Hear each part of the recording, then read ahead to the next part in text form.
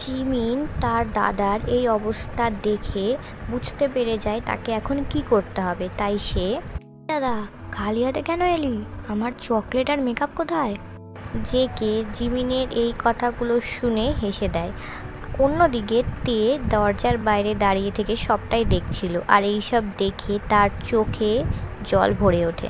তে নিজেকে কোনো রকমভাবে সামলে নিয়ে জিমিনের জন্য খাবারটা জিমিনের ঘরে নিয়ে আসে।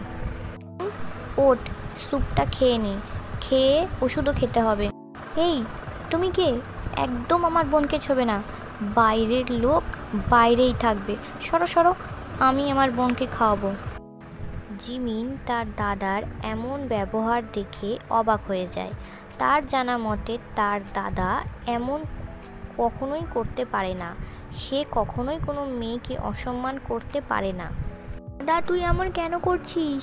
তে আমার বান্ধবী হয়, সেই দিনকার তে আমাকে সাহায্য করেছিল, তোকে তো সব বলেছি, তবে তুই এমন কেন করছিস?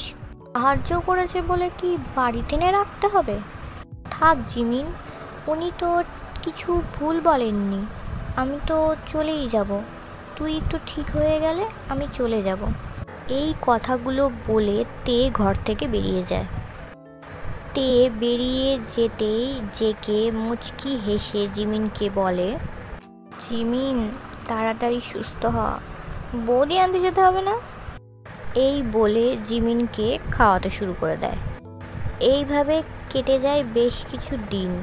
এই দিনগুলোতে জেকে তেকে নানাভাবে জ্বালাতন করেছে। এই মেয়ে কি অনুভূতিহীন, এত কিছু করলাম, বেডের পাশে জল থাকা সত্ত্বেও আমি ওকে বললাম জল আনার জন্য, পরিষ্কার জামা কাপড় আমি কাচতে দিলাম, ঘরগুলো নোংরা ছিল না তবুও আমি ওকে বললাম যে ঘরগুলো পরিষ্কার করতে, তবুও কিনা ও আমার সাথে কোনো রকম রাগ দেখালো না, কোনো অভিমান পর্যন্ত করলো না। কি করেই বা করবে, অনুভূতি নেই তো। দেখো এই মেয়ে এত সুন্দর, সব বকাটে ছেলেগুলো এর পেছনে ঘুরঘুর করে, আর সেই ছেলেগুলোকে সরাতে সরাতে আজ আমি ডেভিল হয়ে গেলাম।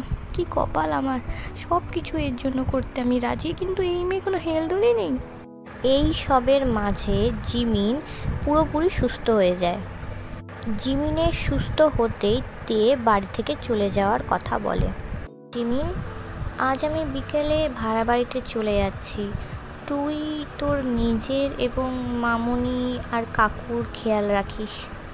এটা তো বুঝলাম, কিন্তু তে তুই সবার কথা বললি, কই আমার দাদার কথা তো বললি না। সে কি ভালো থাকবে বলে তোর মনে হয়?